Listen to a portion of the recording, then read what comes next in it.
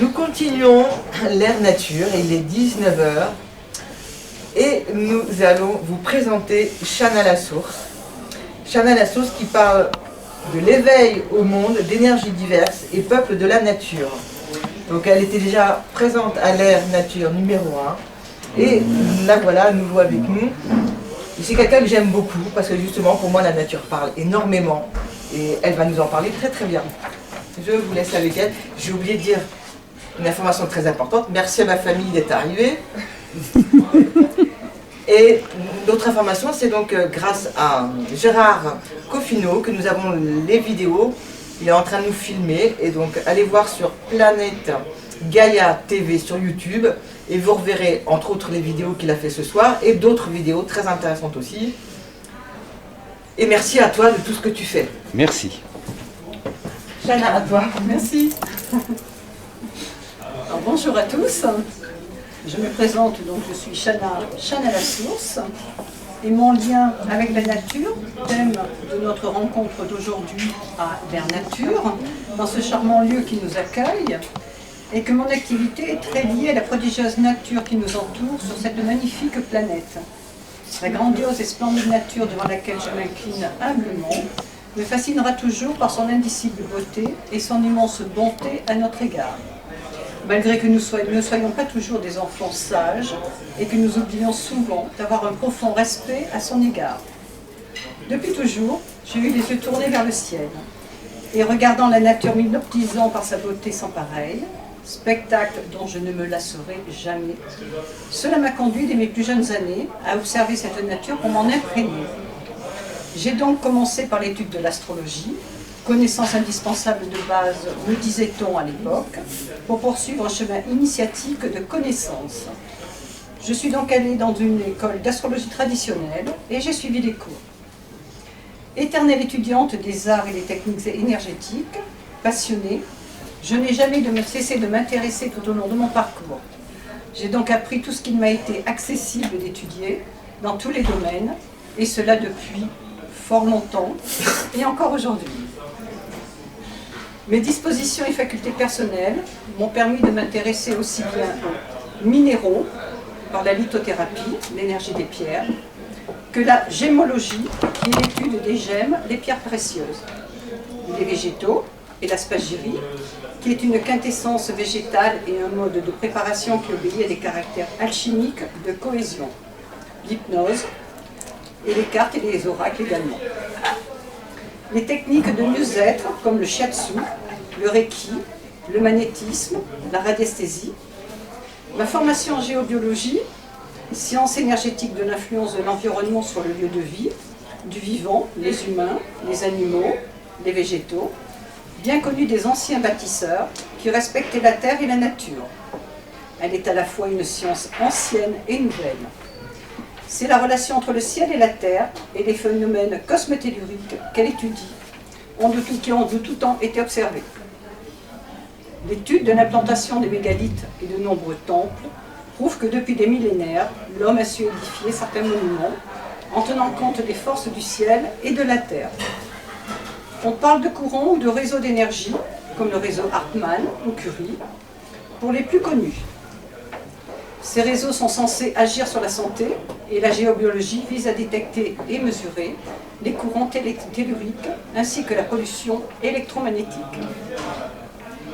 Les formes sacrées, la géométrie, les églises, jusqu'aux eaux des fontaines et des forêts, tout cela m'a naturellement amené vers d'autres approches énergétiques. Aller au-delà du visible, comme la rencontre avec les esprits dits de la nature, une multitude d'êtres peuplant les autres dimensions, appelés fées, elfes, nains, et il y en a beaucoup. Mes rencontres avec ces existences de notre espace dimensionnel de la nature m'ont apporté des savoirs et des connaissances dans la confection de crèmes et de sérums de beauté, ou plus exactement de rajeunissement du visage, que je présente désormais. La particularité de ces produits que je compose réside dans les recettes et formules que les fées ont eu l'honneur de me transmettre. Ce magnifique cadeau que la nature m'a offert, je l'ai élaboré pour en faire profiter ceux qui ont le désir de conserver un éclat de jeunesse. Mon activité au contact de la nature réside en partie dans la création de crèmes et de sérums naturels d'embellissement du visage, des sorties et des balades de découverte du ressenti énergétique que je propose, sur le thème des églises, de l'eau, des arbres remarquables, des esprits de la nature, des formations et des initiations au clair ressenti, en utilisant son champ d'énergie vitale, ainsi que l'apprentissage de différents instruments que sont le pendule, les baguettes parallèles ou Grandmaster. Mon bureau et lieu de travail, c'est dans la nature. Voilà, c'est déjà fini. Je remercie chacun d'entre vous de votre aimable attention. Bonne air nature à tous.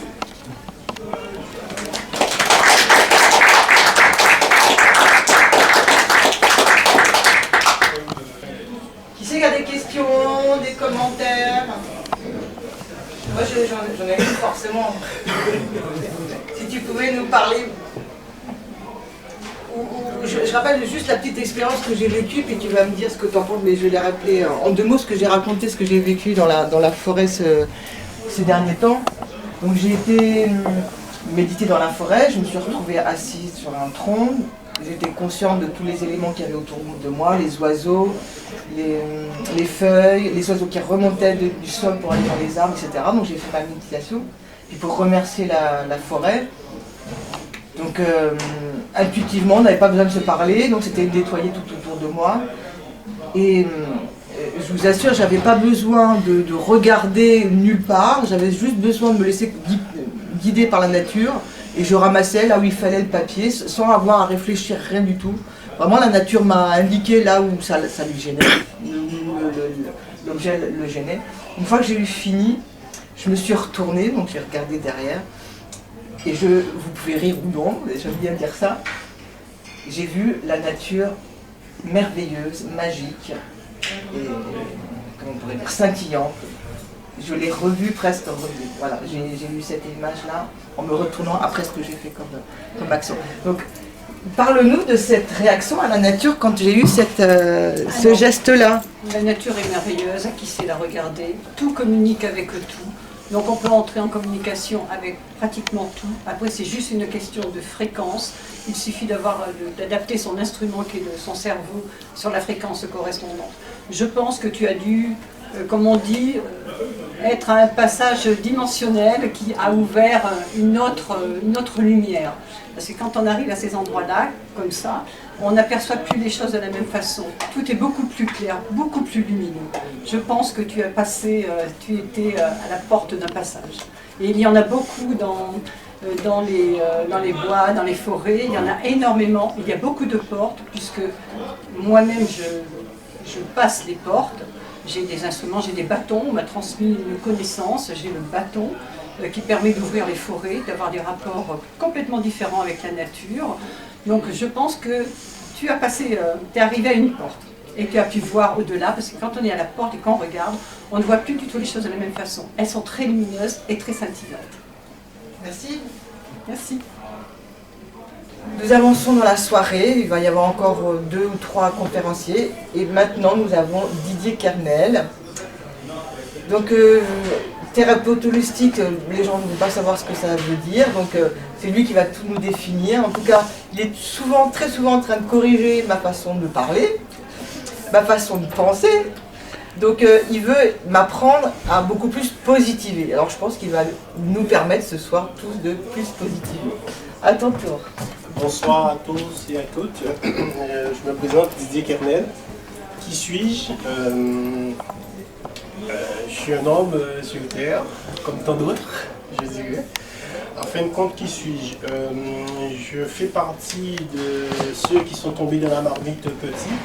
C'est-à-dire, je suis arrivé sur Terre avec des possibilités autres qui me permettent de tricher, entre guillemets. Lorsque je dis tricher, c'est dans le bon sens du terme. C'est-à-dire, je me considère comme étant une boîte à outils.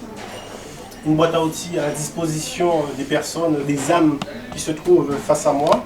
Une boîte à outils qui s'adapte à la demande de l'âme de la personne qui se trouve en face de moi. Quel a été mon parcours? Je suis né comme je suis, j'ai rien appris. Mes enseignements, je les ai simplement le soir lorsque je dors. Ça peut être le Christ, ça peut être Michael. C'est des maîtres spirituels qui me donnent mon enseignement. Mes enseignements, je ne les trouve pas dans les livres. En fin de compte, ma vie est un laboratoire pour moi, parce qu'en fin de compte, ça passe par moi, et par moment, c'est un peu compliqué à déchiffrer le message, mais en tout état de cause, je bénéficie de beaucoup de grâces. Je suis un gâté à ce niveau, et les grâces me permettent justement de conserver le cap et d'évoluer tranquillement. Mon parcours terrestre a été quoi? J'ai suivi un cursus scolaire comme tout à chacun, normalement à l'école, normalement. J'ai travaillé avec des populations difficiles au niveau de l'administration française. En 2006, j'ai eu un deuxième appel sérieux de la part de ma copine, comme je l'appelle.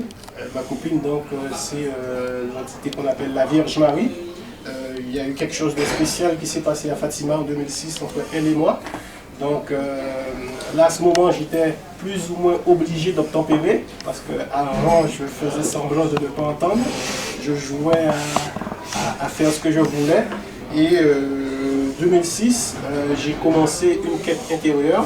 Donc de 2006 à 2007, mon parcours s'est enrichi de diverses rencontres. J'ai rencontré beaucoup de personnes. J'ai dévoré beaucoup de bouquins en très peu de temps. Et à chaque fois, en fin de compte, que je lisais ces livres, en fin de compte, je me rendais compte simplement que c'est des savoirs qui sont déjà en moi et j'apprenais rien en fin de compte. Et à l'issue de tout ce cheminement, en 2012, j'ai choisi de soigner les gens, de me mettre au service de la vie, de me mettre au service de l'humanité. Et c'est tout simplement que j'ai commencé à faire des soins, à prodiguer des soins en tant que thérapeute holistique. Thérapeute holistique, ça veut dire quoi?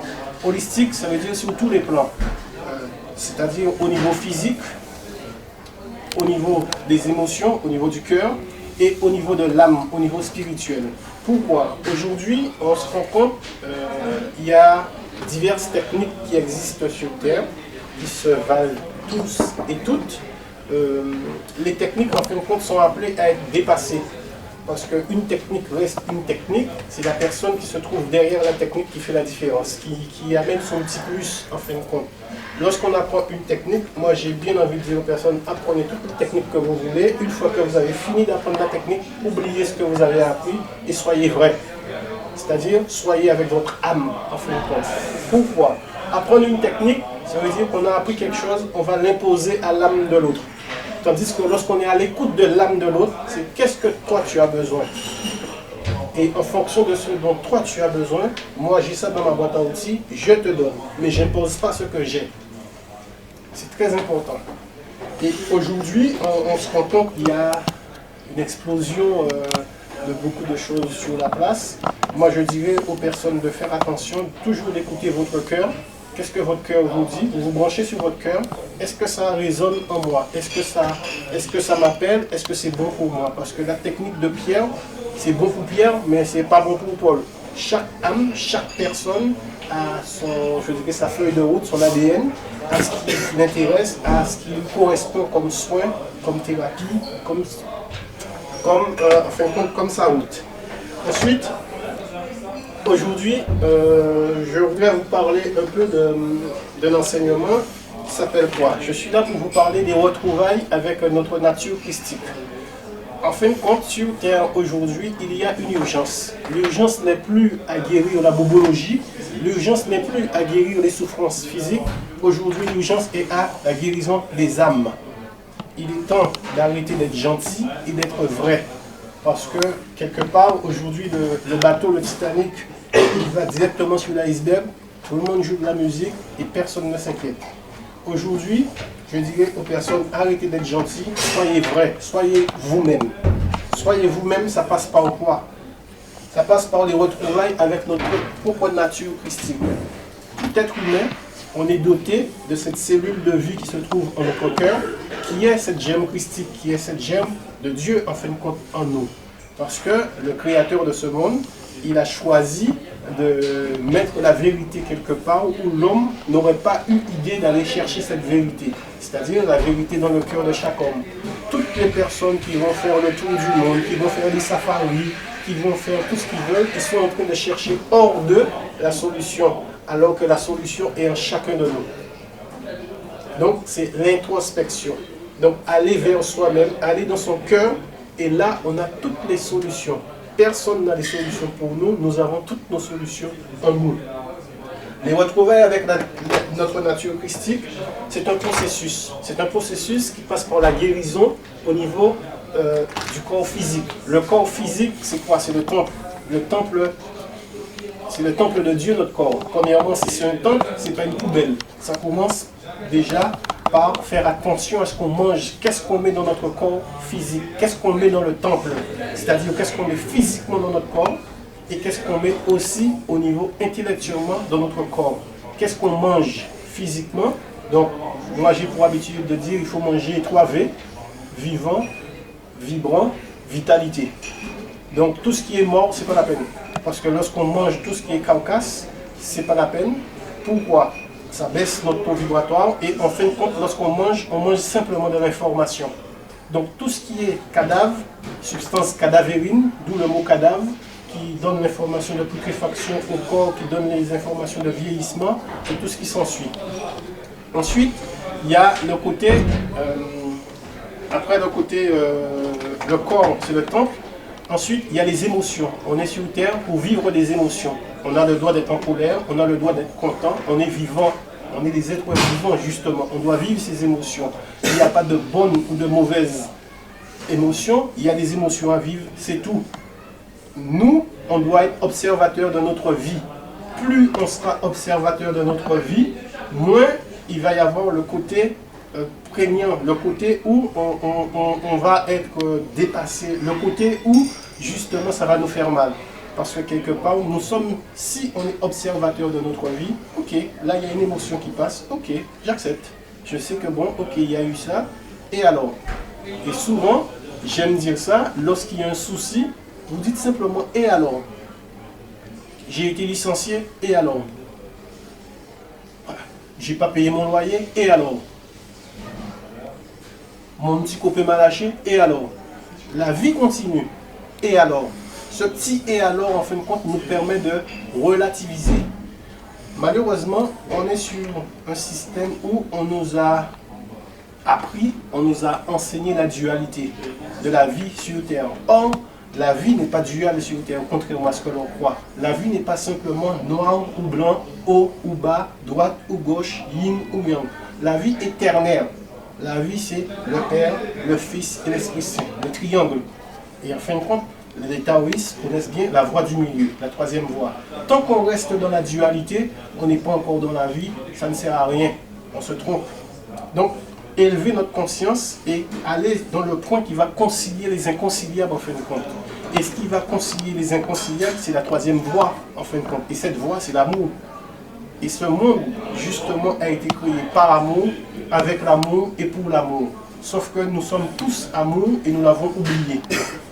On se met dans des personnages, on joue des rôles de victimes, de sauveurs, de coupables, de tout ce qu'on veut par rapport à notre histoire.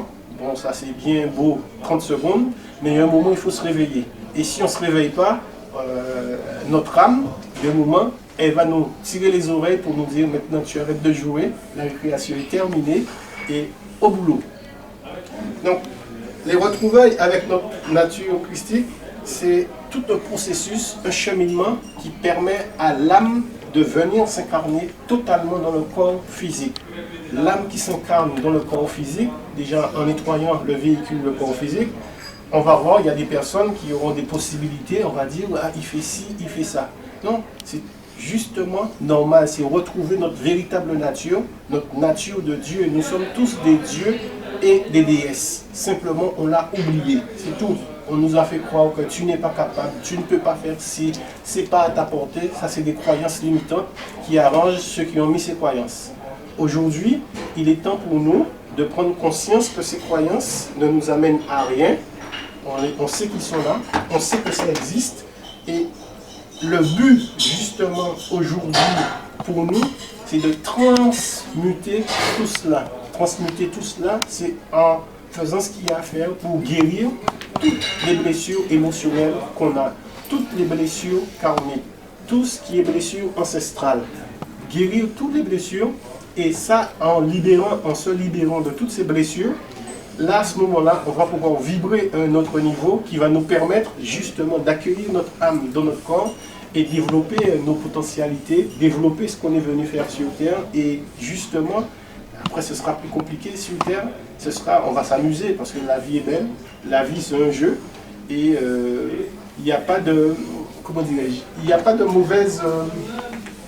mauvaises choses sur Terre. Aujourd'hui, nous sommes arrivés à une phase d'évolution sur Terre où il est important pour toute personne en incarnation de nettoyer, toutes les mémoires qu'on a, tout ce qui est ancestral, tout ce qui est karmique. Le moment est venu de mettre les compteurs à zéro. Le moment est venu pour nous d'être transparents. Je dirais ça comme ça. C'est-à-dire nettoyer toutes les émotions, ne pas avoir des émotions qui nous empêchent d'évoluer. Aujourd'hui, on se rend compte bien qu'il y a un problème sur Terre. L'homme, en 50 ans, a pratiquement détruit la planète. En 50 ans, par rapport à tout ce qui s'est passé, toutes les autres civilisations.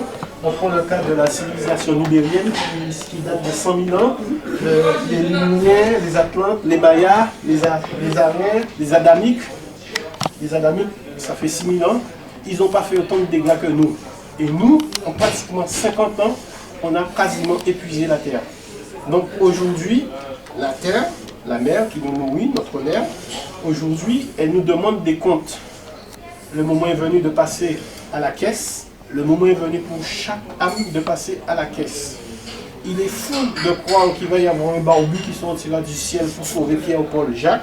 C'est à chaque âme de faire ce qu'il a à faire dans son corps d'état pour avoir la solution à son ou ses problèmes. C'est chaque âme qui va s'amender personnellement. Personne ne fera le boulot pour personne. Ça, c'est fou et utopique de croire cela. Donc, le mieux, lorsqu'il y a un souci, un problème dans vos vies, c'est d'y faire face. Tout ce que vous allez faire face, ça disparaît. Tout ce qui, comme je dis, donc un souci, plongez dans le problème, regardez pourquoi ça coince là. Ok, je me suis pris la tête avec ma DRH, pourquoi? Qu'est-ce que je lui ai dit? Quelle parole elle m'a dit qui m'a touché? Voilà, allez, et en fin de compte, on va se rendre compte, c'est que des croyances, il n'y a rien de vrai dans tout cela, c'est des ballons gonflés d'eau, il n'y a rien dans cela. Aujourd'hui, l'urgence est réelle sur Terre, dans la mesure où la Terre demande à la Terre, elle a déjà pris sa décision d'ascensionner. La question qui se pose aujourd'hui, est-ce que l'homme veut faire partie de la partie, oui ou non? La Terre, elle, ça c'est sûr, elle va ascensionner, elle va continuer sa route. Maintenant, la question c'est, est-ce que l'humanité, est-ce que l'homme, justement, est-ce que nous sommes prêts à changer de vibration, nous sommes prêts à évoluer, à grandir, de manière à l'accompagner dans son cheminement? Et aussi, est-ce que nous aussi, nous sommes prêts à retrouver notre nature divine, justement à être des dieux sur Terre et à être en co-création avec la nature?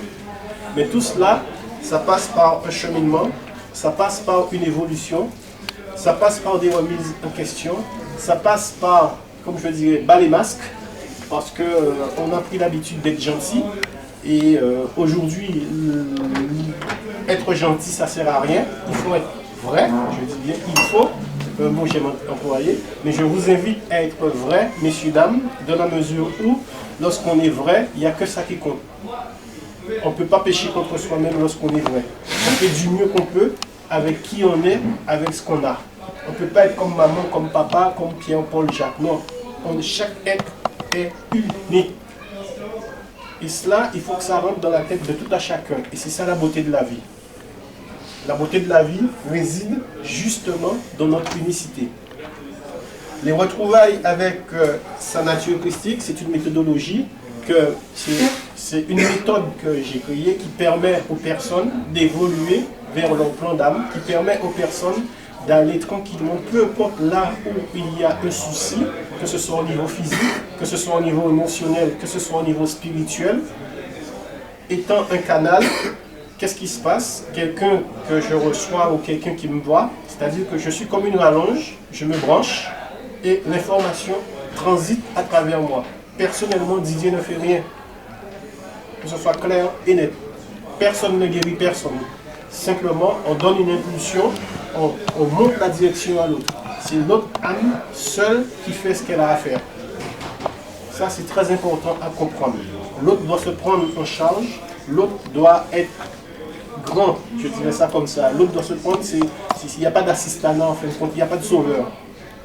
Ça n'existe pas et ça ne va pas marcher de toutes les manières. Et aujourd'hui, l'urgence est aux guérisons d'âme. On n'a plus le temps pour les guérisons physiques. L'urgence, c'est le nombre d'âmes qui sera sauvé. Parce que le temps qui était imparti à la Terre, à l'évolution, a été dépassé. Nous sommes sur une urgence et c'est la raison pour laquelle ça va très très vite maintenant sur la Terre. Aujourd'hui, les gens qui sont dans la 3D, les gens qui sont dans œil pour œil, dent pour dent, ils partiront très vite sur Terre. Ils ne peuvent plus rester sur la vibration de la Terre. Aujourd'hui, les gens qui restent sur Terre, c'est les gens qui sont au minimum au niveau du cœur, ou bien ça va casser. Il n'y a plus 36 000 solutions, on n'a plus le temps de jouer sur Terre. Donc, je nous invite à nous alléger, à travailler, à nettoyer pour le collectif, au niveau individuel. Il n'y a pas de peur à avoir, c'est faire le boulot tranquillement, calmement. Et le travail va se faire naturellement. L'amour, c'est la clé. Encore une fois, je persiste et je signe.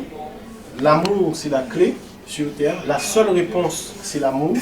Peu importe ce qu'on peut nous faire, la seule réponse, c'est l'amour. Ce monde a été créé par amour, avec l'amour et pour l'amour. Et nous sommes tous et toutes amour. Ne jamais oublier cela. Nous sommes tous et toutes amour. Aujourd'hui, encore une fois, il est très important parce qu'il va y avoir des tensions, il va y avoir des choses, des fois on peut s'énerver, on peut, voilà, tout, on revient au cœur, voilà, amour. Et tout est juste. Le créateur de ce monde, il n'est pas fou. Le plan, il est parfait. Il n'y a pas d'erreur dans le plan. On peut croire ce qu'on veut, ça n'existe pas les erreurs.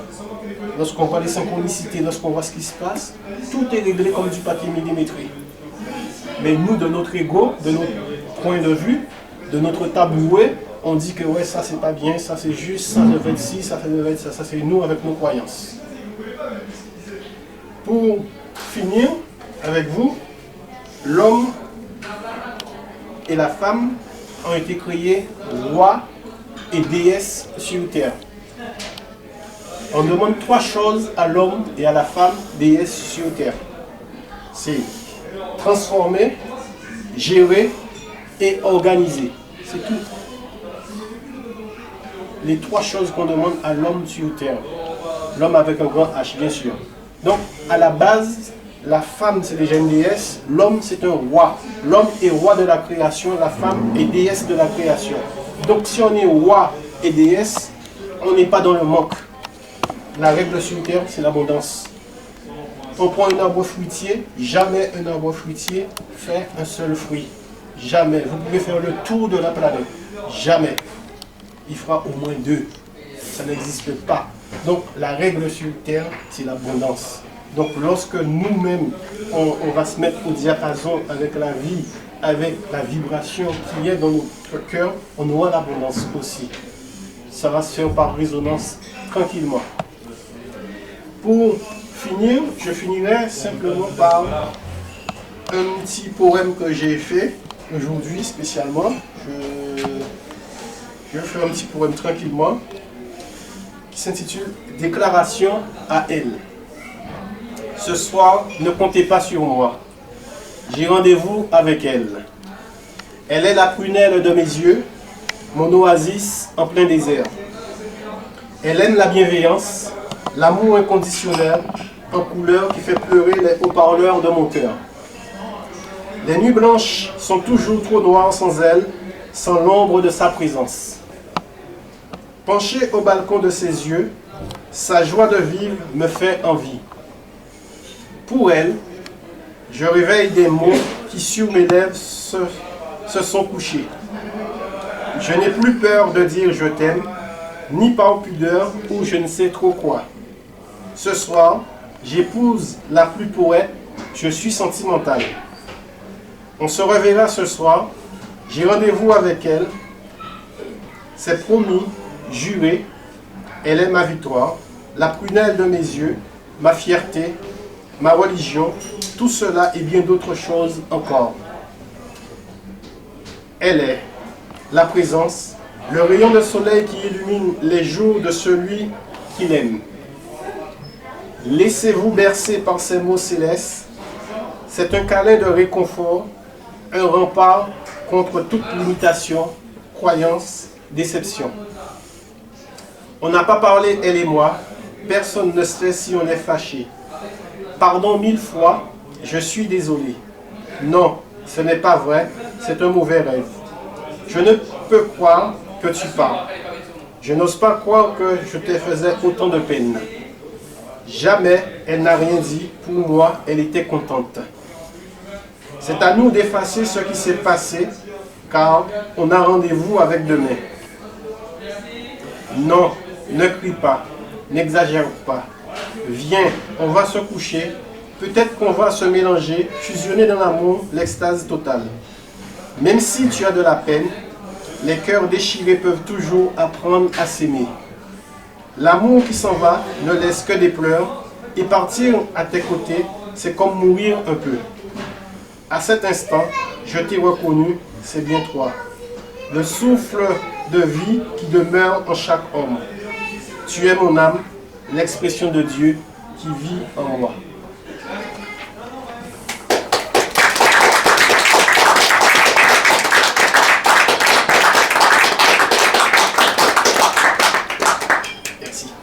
Donc toujours grâce à Gérard Coffino et Planète Gaïa TV, je vous présente Josiane Lépée, qui va nous parler donc de son travail d'architecte designer, tout ce qu'elle construit et fabrique. Merci. Merci. Bonjour, alors oui, je suis architecte, j'ai une formation à l'école et j'ai travaillé en agence pendant une quinzaine d'années. Voilà, je voudrais vous expliquer un petit peu mon parcours, puisqu'au bout de 15 ans d'agence, eh bien, j'ai été licenciée. Mais avant d'être licenciée, j'étais mal dans ma peau, en fait. Je respirais mal et j'essayais de trouver un sens à ma vie. C'est pour ça que j'avais dû choisir d'ailleurs architecture. Mais mon école ne m'a pas formée pour trouver le sens de cette vie. Voilà. Et j'ai travaillé la voix en chantant, mais je ne trouvais pas non plus une solution qui était suffisante pour moi.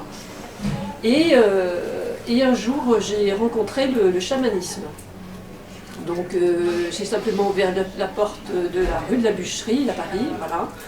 Et une dame américaine faisait des stages de chamanisme. Et j'ai fait pour la première fois ce stage avec un voyage qui permettait de découvrir son animal de pouvoir. Et là, j'ai été extrêmement émue de découvrir. Donc je n'arrivais pas à aller visiter mon animal qui est sous terre, hein, dans les voyages qu'on fait. Et donc on a dû me faire un recouvrement d'âme. Et lorsque ce recouvrement s'est fait, j'ai été très très émue, avec vraiment une grande émotion qui est venue ici et là. Hein, voilà. Et moi qui n'étais pas sûre que ce chamanisme avec ces jeux de tambour soit vraiment mon truc, là d'un seul coup, cette émotion me faisait que je ne pouvais vraiment plus me poser de questions. Voilà, et à partir de là, je me suis rendu compte que quelque chose était revenu en moi et une certaine force arrivait progressivement. Et j'étais encore en agence d'architecture et au bout de 3 mois, j'étais en train de travailler sur un dossier, 1 an de travail sur ce dossier qui allait se conclure et j'étais en retard parce que l'entreprise était en retard, etc. Enfin bref. Et d'habitude, je gère. Et là, d'un seul coup, j'ai crié, j'ai tapé sur la table, j'ai dit j'en ai marre. Voilà, vous faites chier. Ça se dit pas. Bon, et je me suis retrouvée avec un cri comme ça. Je n'ai même pas dit, je vais ah. Et je me suis dit, oh là là, Josiane, tu viens de faire quelque chose, maintenant il va falloir que tu gères. Et en fait, j'étais très surprise de mon cri, parce que je ne pensais pas que j'étais capable de faire ce cri. Et voilà, donc j'étais dépassée par quelque chose, mon corps exprimait quelque chose, et j'étais plus habituée à ce que mon corps soit plus fort que mon cérébral. Tu peux nous refaire le cri? Ah! Non, celui-là il fait peur, c'était pas celui-là. C'était vraiment un ah! C'est-à-dire que ça venait vraiment de la terre. Hein, et c'est vrai que ça vient du ventre, certainement, ouais, tout à fait. Excuse-moi pour ce cri qui faisait peur, c'était pas ça. Et je me suis surtout surprise à ce que mon corps exprime quelque chose, alors que j'étais plutôt habituée à être très cérébrale. Voilà. Et là, mon corps me dépassait. Et il a fallu donc que j'agisse maintenant différemment. Et j'ai bien compris que c'était cet animal qui était revenu en moi, qui avait qui m'avait transformée. Et donc c'était juste le début. Donc il a fallu ensuite que j'apprenne à vivre différemment, c'est-à-dire que je puisse être réceptive à ce que mon corps disait progressivement de plus en plus. Voilà. Donc ça c'était il y a une quinzaine d'années. Et c'est vrai que j'ai fait d'autres stages de chamanisme et je me suis orientée aussi vers le bouddhisme, j'ai aussi travaillé à la méditation. Mais il n'y a rien à faire, le chamanisme est vraiment un langage qui m'intéresse beaucoup. Et en fait je m'intéresse beaucoup au langage énergie, qui pour moi sont les mots qui me correspondent. J'ai pas envie de... Je parle plus du tout maintenant d'ailleurs, moins du mot chamanisme. Le langage énergie m'intéresse beaucoup parce qu'en fait je m'intéresse aussi au tai chi, qigong, kung fu avec un maître chinois qui est vraiment magnifique. La méditation, je trouve ça très intéressant. Et donc je trouve qu'on est vraiment dans un moment où toutes les religions se réunissent certainement et qu'en fait le langage énergie me semble un mot assez simple pour pouvoir ensuite échanger. Voilà. Et donc qu'est-ce que j'allais faire de ma vie en étant architecte? Je n'ai pas choisi non plus pour rien ce métier, donc j'ai décidé de cheminer. C'est-à-dire que j'ai fait mes choix au fur et à mesure. Et j'ai eu aussi 2 enfants, un couple, mon compagnon, 2 enfants. Mes 2 enfants, on a décidé de... Je l'ai accouché à la maison pour mes 2 enfants, donc ça a été un moment très très important qui m'a beaucoup marqué et qui était très très beau. Donc c'est un très grand souvenir et j'ai vraiment vécu une initiation comme toutes les femmes devraient vivre en accouchant à la maison ou en tout cas vraiment accompagnée d'amour. Voilà. Et donc petit à petit je me suis rendu compte que j'avais besoin d'être dans la créativité et ce qui fait que je me suis décidée à revenir sur des choses un petit peu plus anciennes. C'était au début de mes études d'architecture, j'étais passionnée d'objets, du mobilier, de créer des objets. Et en fait je me questionne beaucoup sur le sens de l'usage, ce qui fait que je me suis décidée, donc j'ai créé une maison d'édition, Atelier Métis, et après il fallait que je regarde comment fonctionne cette société. Je me suis rendu compte que toutes les règles du jeu, de l'édition, du design ne m'intéressaient pas, et donc je me suis dit tu vas repartir un petit peu de zéro pour essayer de voir de quelle façon tu peux fabriquer des objets. Alors il me fallait que je les fasse plutôt en petite série, c'est ce qui est le plus cohérent par rapport à ce monde qui fabrique beaucoup trop. Donc c'est des objets avec de la matière, de l'osier, avec du métal. Je travaille les matériaux, hein, je travaille avec des professionnels, mais j'aime bien travailler beaucoup en maquette. Et donc maintenant, j'en suis à, pour vendre, j'ai trouvé ma seule solution pour le moment, c'est d'être sur le marché de Raspail. J'ai fait mon stand, donc je l'ai fabriqué avec de la toile de jute. Donc j'étais quelqu'un qui était plutôt très créatrice, mais plutôt très discrète, très réservée. Donc d'aller sur le marché, ça m'a permis vraiment de m'ouvrir. et de pouvoir rencontrer les clients. Donc ça, c'était très intéressant. Et en fait, je me rends compte que je me remets en question au fur et à mesure. Donc je suis partie avec une chaise que je voulais présenter, une chaise en osier, métal. Donc vous avez un site internet où vous pourrez voir ça. Le marché m'a permis de m'adapter et maintenant je fais des sacs en toile de jute. Voilà, c'est très modeste, hein, que j'aime bien, les gens aiment bien aussi, voilà. Et puis je me suis rendu compte que j'avais envie de faire des dreamcatchers. Alors les dreamcatchers, c'est parce que j'ai travaillé dans une galerie après l'agence d'architecture. C'est une galerie qui m'a amenée vers le chamanisme, justement. Eh bien, j'ai eu la chance de gérer cette galerie pendant 4 ans suite au décès de cette dame qui avait créé cette galerie magnifique. Et donc c'est une galerie des arts amérindiens qui fait que j'ai pu faire beaucoup de travail de recherche sur les traditions amérindiennes des 3 Amériques. On vendait les objets et on vendait aussi des dreamcatchers qu'on allait commander en Amérique du Nord. Et un jour, ceux qui en fabriquaient n'étaient plus, avaient fermé, donc il a fallu qu'on trouve une solution et j'ai proposé qu'on les fabrique. Voilà. Et en fabriquant ces dreamcatchers, je me suis laissée vraiment attraper par l'objet qui m'a vraiment passionnée, l'esprit araignée qui m'a beaucoup plu. Et donc je fabrique des dreamcatchers, du coup je les vends et maintenant je fais un petit atelier, un atelier de fabrication qui me permet de pouvoir être dans la créativité et d'être dans la créativité avec ces personnes qui ont envie aussi de faire ces dreamcatchers. Alors je vous en ai apporté quelques-uns ceux-là que je vends, voilà. J'en ai d'autres, plus grands, ils sont tous un petit peu différents et c'est vrai que des fois si je pense à une personne, je vais en faire des personnels aussi. Et ça, ça me touche beaucoup d'avoir aussi ce petit atelier de fabrication, en plus des objets qui sont plus peut-être classiques pour certains. Voilà, je chemine et mon chemin, il est vraiment dans la créativité. Voilà, donc je crois que c'est tout ce que j'ai à vous dire. J'ai un site internet, ateliermétis.com. Et je sens vraiment que ce qui m'intéresse beaucoup, c'est vraiment bouger, un peu le nomadisme.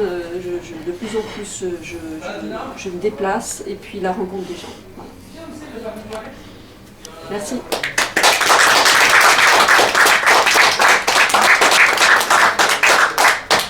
Est-ce que vous avez des questions sur tous les ateliers, ce qu'elles présentent et les objets?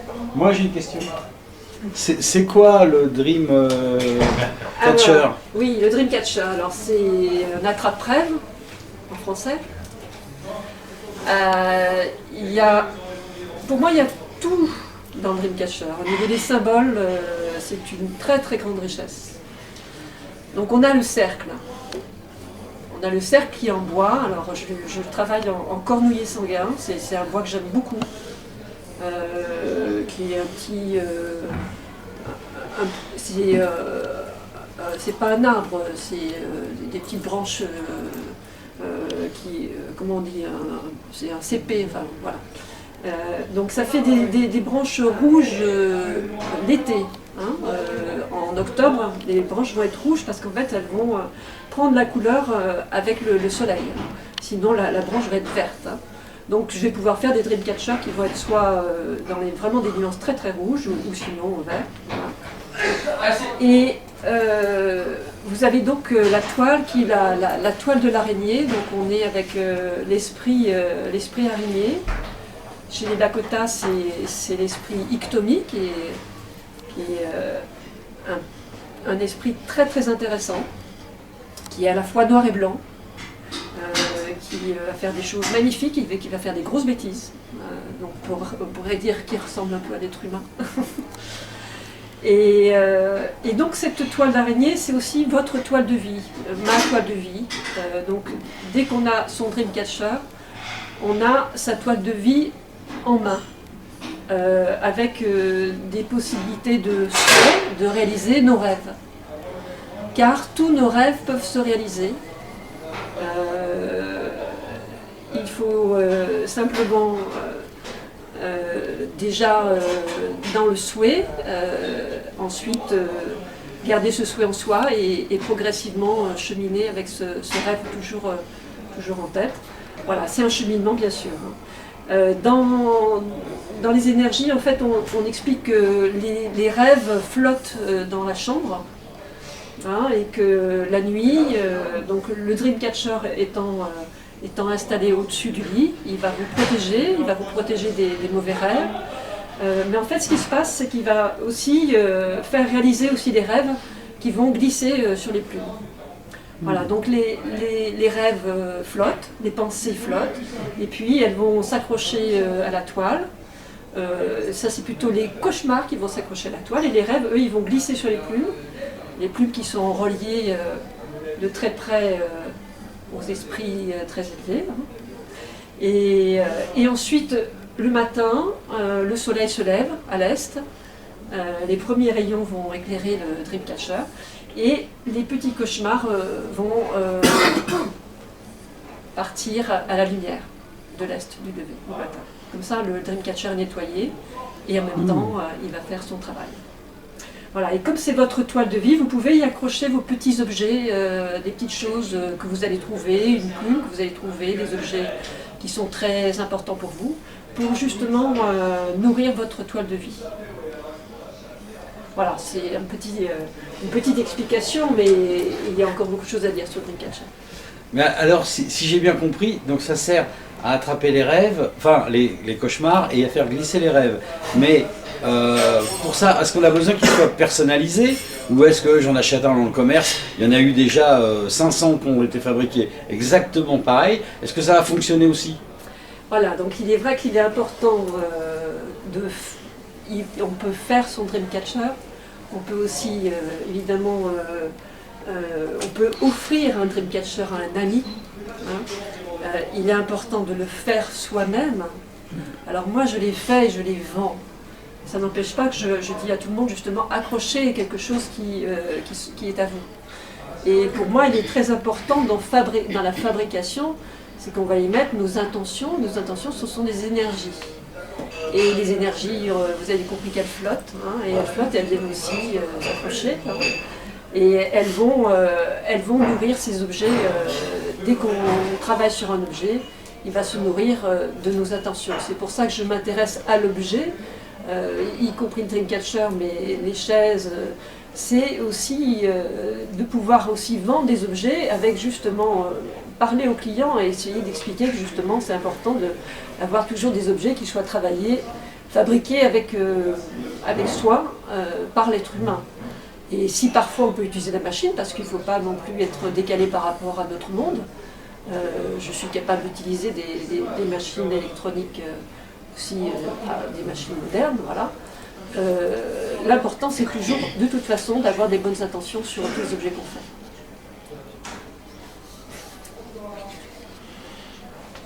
Chers amis, toujours sur Planète Gaïa TV, merci de nous avoir expliqué. Alors moi ça m'a captivé de découvrir cet ustensile, donc chez nous attrapeur de rêves, mais le vrai nom c'est Dreamcatcher. Oui, en anglais, ouais. Et en même temps, moi j'utilise des plumes d'ici, de la ferme de ma cousine, des graines du Pérou, voilà, j'utilise un petit peu les choses comme ça. Voilà. D'accord. Et ça vient de quel pays alors La tradition du Dreamcatcher, c'est Amérique du Nord, mais on en trouve aussi en Amérique du Sud, Amérique centrale.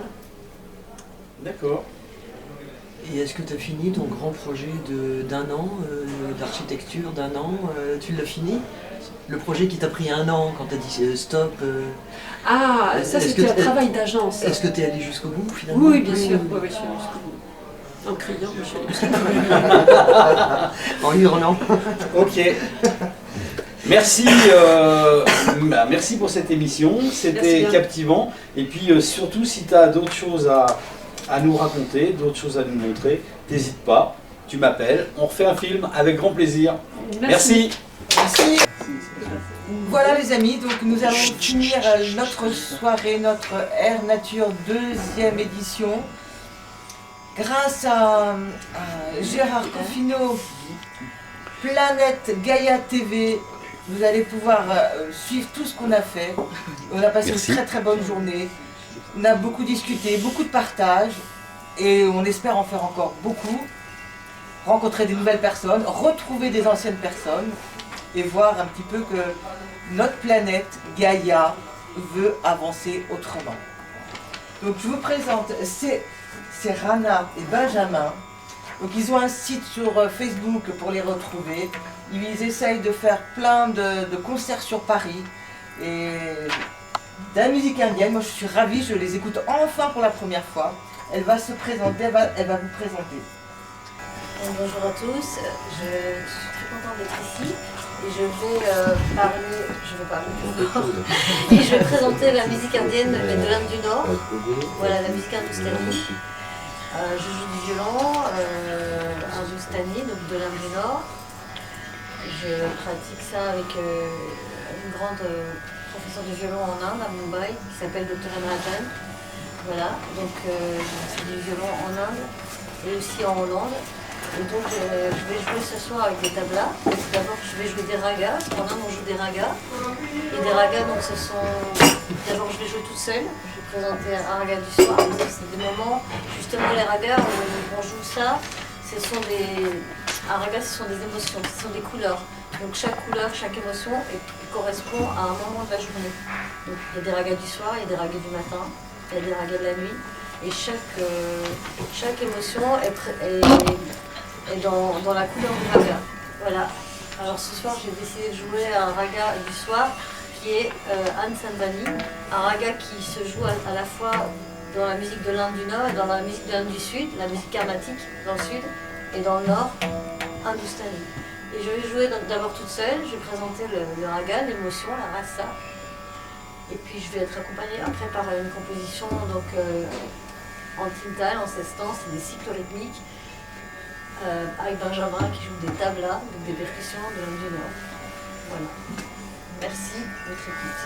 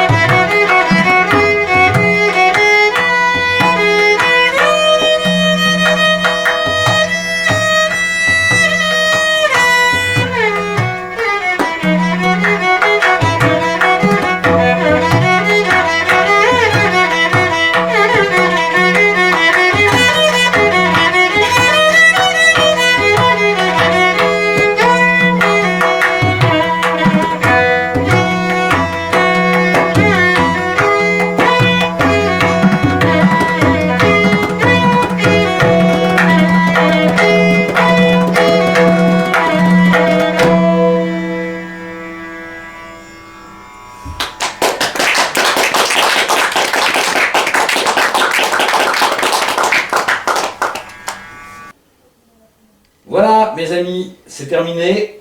Planète Gaïa vous remercie de votre attention. Si cette vidéo vous a plu, n'hésitez pas à faire un j'aime, le pouce en haut, pour nous faire part de votre contentement. Mettez-nous des petits commentaires parce que ça fait toujours plaisir et ça nous permet de rectifier les choses s'il y a des choses à rectifier.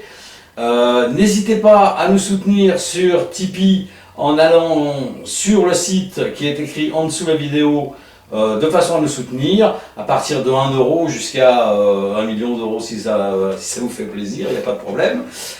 Il faut savoir que plus vous serez nombreux à nous financer, à mettre de l'argent sur Tipeee, plus le budget sera important, plus on pourra prévoir un certain nombre de vidéos. Donc là, on essaye de tourner à peu près une vidéo tous les 10 jours. Mais le but pour nous, c'est d'en faire au moins une par semaine. Mais pour ça, on a besoin de vous et on a besoin de moyens. Donc, n'hésitez pas, on vous attend. Et je vous dis à la prochaine pour de prochaines aventures.